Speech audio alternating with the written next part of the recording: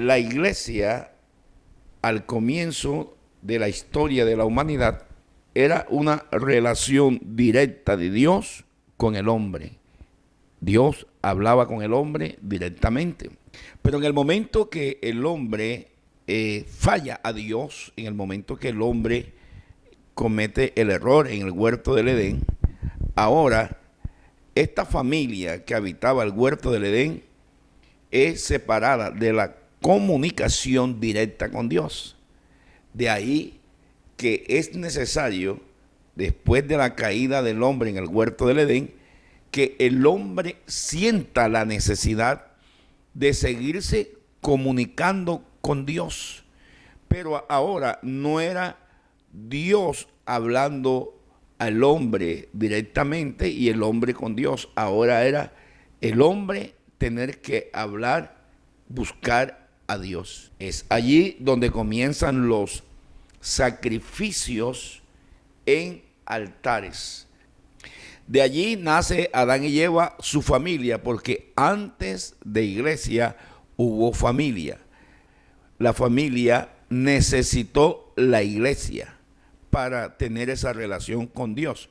Y comienza primero organizándose en sacrificios y en altares hechos a través de piedra, un fuego, leña y sacrificios. Ahí está Adán, Noé, Abraham, Isaac, Jacob y hasta el tiempo de Moisés, cuando ya nace la iglesia portátil, que es la que nace en el desierto, porque ya el pueblo no podía poner un altar de piedras en medio del desierto y venir a adorar, porque la fatiga del sol les perturbaba. Podemos entonces decir que lo primero es una iglesia establecida por Dios, después adoración y búsqueda del hombre para Dios a través de un altar de piedra, que viene el sacrificio de Adán y los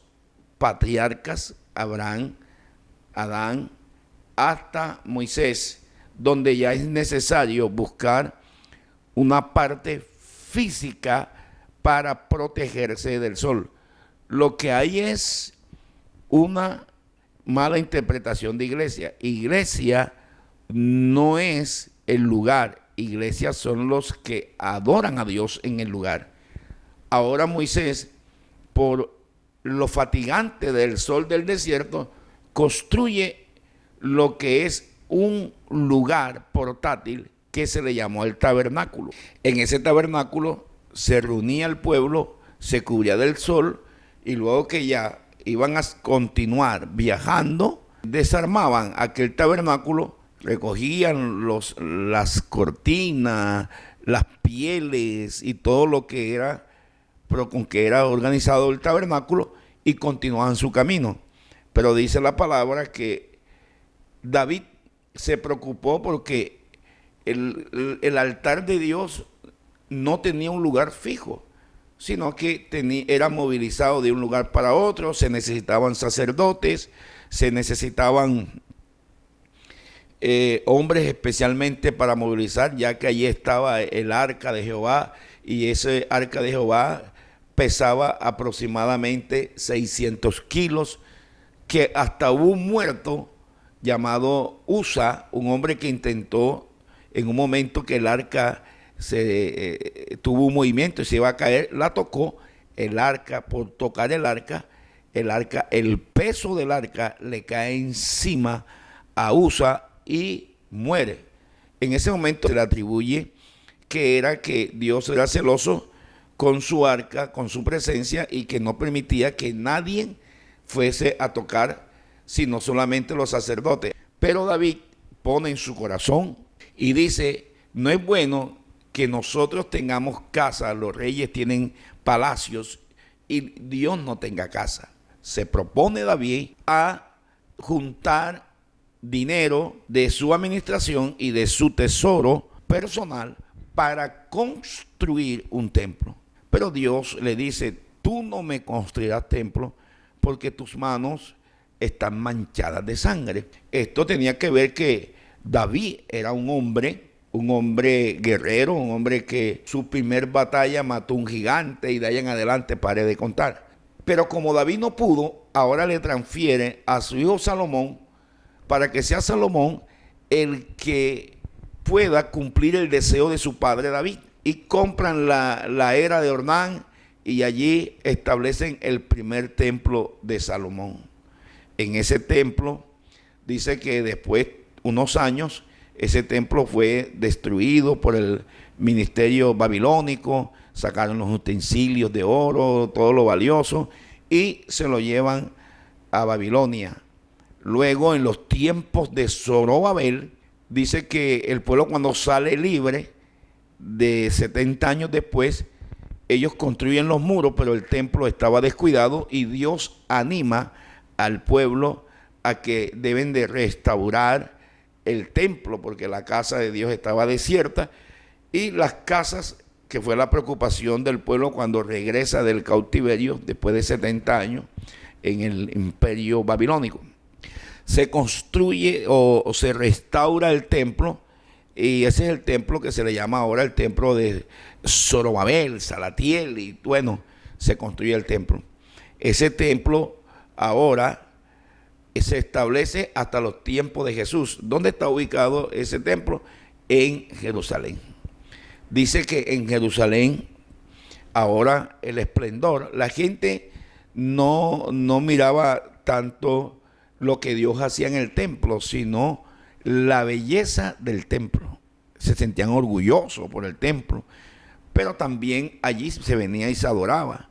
Ahora allí se cumple una palabra profética donde dice: ¿quién ha visto la gloria pasada en este templo? Y dice el Señor que la gloria postrera del templo sería mayor que la primera. Ese templo es destruido en el año 70 después de Cristo, porque Jesús había dado una profecía y dijo, viendo la gente cómo se postraba delante del templo y no delante de Dios, Jesús dijo, no quedará piedra sobre piedra que no sea derribada de este templo. Esto se cumple en el año 70, cuando vino la persecución de los cristianos, y piedra por piedra fue quitada porque en las hendiduras de cada piedra había gente que iba a ofrecer sacrificio y ofrecía ofrendas de oro, perlas y preciosas y las incrustaba en las hendiduras. Por eso no quedó piedra sobre piedra, porque de cualquier piedra podía haber un tesoro que alguna familia o alguna persona lo había dado a la casa de Dios como adoración y como ofrenda. En este momento, hasta allí, ese templo, pero Dios se provee de un templo mejor, de un templo ahora no hecho por manos de hombre. ¿Y cuál es ese templo? El templo que Dios escoge ahora es a nosotros y nos constituye como templo, porque ahora nosotros somos portadores de la presencia de Dios a través del Espíritu Santo. Ahora, como este templo es directamente con Dios, Dios inaugura este templo en el día de Pentecostés, cuando estaban los 120 discípulos y apóstoles de Jesús reunidos en el aposento alto. Allí cayó el Espíritu Santo sobre ellos y hablaron lenguas repartidas como de juego, y allí se inicia la iglesia primitiva, la iglesia formada por Jesucristo. Se sigue congregando en un lugar por protección de agua, protección del sol y un lugar estable, las iglesias, pero ya no es una sola iglesia. Ahora, donde hay un cristiano, ahí está la iglesia. Jesús dijo, donde hay 2 o 3 congregados en mi nombre, allí yo estaré con vosotros. Dice que el Señor le dijo a los discípulos, y yo estaré con vosotros hasta el fin del mundo. Es decir, que ya la presencia de Dios no se derrama en un lugar específico, sino que se derrama en cada una de aquellas personas que creen en su nombre, que lo alaban y lo glorifiquen con su corazón. Y todo aquel que confesar el nombre del Señor será salvo. Ahora, qué maravilloso los cambios que Dios ha venido transicionando a través, buscando, porque la religión es el hombre buscando a Dios, pero el evangelio es Dios buscando al hombre.